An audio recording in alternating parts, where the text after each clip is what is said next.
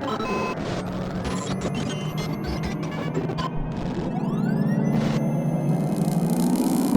what's up guys? Gons here for the Face Like the Sun YouTube channel. IBM has announced what fastcompany.com reported as the magic bullet to zap all kinds of killer viruses. Working with Singapore researchers, IBM has engineered a chemical that blocks viruses like Zika, Ebola, dengue, influenza, herpes, and more. So pretty straightforward. IBM and the Institute of Bioengineering and Nanotechnology in Singapore just announced that they've created a macromolecule that would protect cells from any virus that does get past the first defense. And in this particular article, in a section called Medicina Ex Machina, this reporter asked the question, why is IBM working on an antiviral chemical?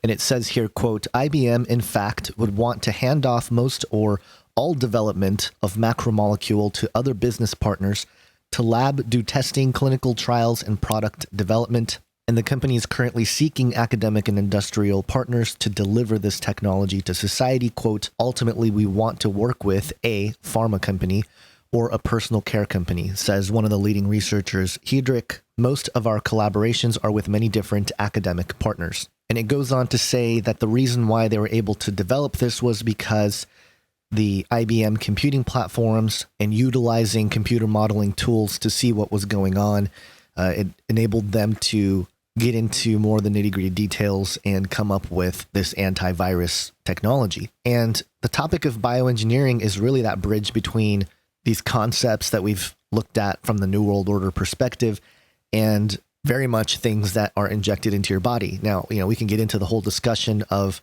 vaccines, and obviously that's a huge topic. A lot of people have covered it, and it's a complicated issue. But just in terms of what they've been able to create here, I find it fascinating that this is where things are moving. And, IBM, of course, being the company to come up with this, the people that created the artificial intelligence system, Watson, it even mentions in this article that the research to create the macromolecule, how he hasn't used Watson, the AI yet, but those kinds of things are probably coming in the near future. And this is one of those stories where it doesn't have an immediate impact yet, with society, but they've developed the technology, they're getting the information out there, and eventually it's going to come to your, local syringe or, some sort of wipe, as the story relates to. And, some of that is not bad, I don't think. I mean, antibacterial, antivirus wipes, there's nothing too crazy about that. But again, it just goes into what kind of capabilities these sorts of biotechnologically engineered macromolecules unlocks. And of course, with more power to resist comes more power to control. And that's sort of the issue here. And we just have to keep our eyes on this sort of thing and try to inform those who would openly and willingly participate in vaccines and that kind of thing without giving it a second thought or some more research. So I find this interesting also that, one of the threats with the Rio Olympics, the Summer Olympic Games here in 2016, is this fear of getting something like the Zika virus. Well, there's a list of vaccines that you can take, and a lot of these are your standard, routine vaccine, yellow fever, very specific ones. And in that regard, if you're an athlete and you have to go to the Olympics and it's mandatory to take these vaccines to compete, hey, that's your own prerogative. I understand that sort of dilemma. It's one of those issues where, are you going to compromise in certain areas so you can compete, which is, some could argue that the competition representing your country at the Olympics is a bigger sort of responsibility to more people than it is for your own physical health.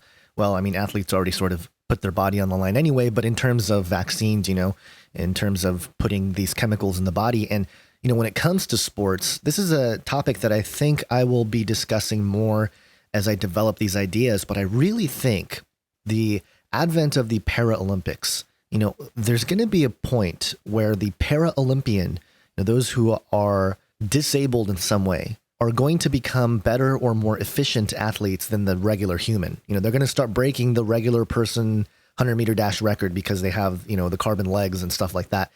This sort of thing, I think, is going to happen rather quickly, and it may not happen for, 10, 20 years or something, but depending on how fast things move, this is a plausible thing that we'll face. But there's one more element that I want to tie this whole idea into with this macromolecule concept. And it's really something that ties into biblical prophecy. There's a fictional story that's written by Sharon K. Gilbert from Skywatch TV and PID Radio. She has a fictional story called The Armageddon Strain, and it's a book that she wrote a while ago. But, the premise of the book kind of outlines what this science fiction story portrays as the potential dangers of something like this story here about IBM announcing this universal vaccine. So just real briefly here to read the premise here of The Armageddon Strain. Dr. Maggie Taylor is in the midst of a vast conspiracy, a key player in the fight against a demonic plot to bring on Armageddon. After her father dies, suddenly Dr. Maggie Taylor, a prominent and respected genetics researcher and professor, receives a mysterious package with a message of universal doom. H5N1 influenza is ravaging swine herds throughout the Midwest when a new deadly human version suddenly appears. As Taylor fights internal demons, she unmasks true evil hiding in the deserts of New Mexico. In the midst of chaos, Maggie must learn how her father's untimely death is linked to the deaths of nearly 24 other scientists and the truth behind a doomsday weapon known only as the BioStrain chip, a nanotechnology wonder that is supposed to render the influenza virus harmless. But is that all the chip does? So again, with the premise of the story here, there might be a connection between these dark viruses out there that we've heard about, fear-mongered in media, a different disease each year, and the ultimate solution to the problem, which is the vaccine. But on another level, could these deaths of biologists have anything to do with this? I've seen people create lists of supposed biologists who have mysteriously gone missing or died in mysterious ways or committed suicide, or sort of a turf war even going on, perhaps amidst various sectors of the institutional academy, where some people are trying to, fight the good fight, but they're kind of trapped in this situation where they have to do certain things. And, when they try to plot to expose the agenda, they're killed off. It's a very possible thing. I know it sounds kind of crazy, but given the kinds of technologies that are being developed, given stories that come out like this, which again, this story in itself doesn't necessarily mean doomsday or anything like that, but just think about the trend where things are headed. This is just another signpost. It's not the actual location. It's not the event or anything like that, but it's a signpost. So that's what I wanted to do here, is just let you guys know that these stories are developing out there and it's worth at least knowing about. So hope you have an awesome day, guys. God bless.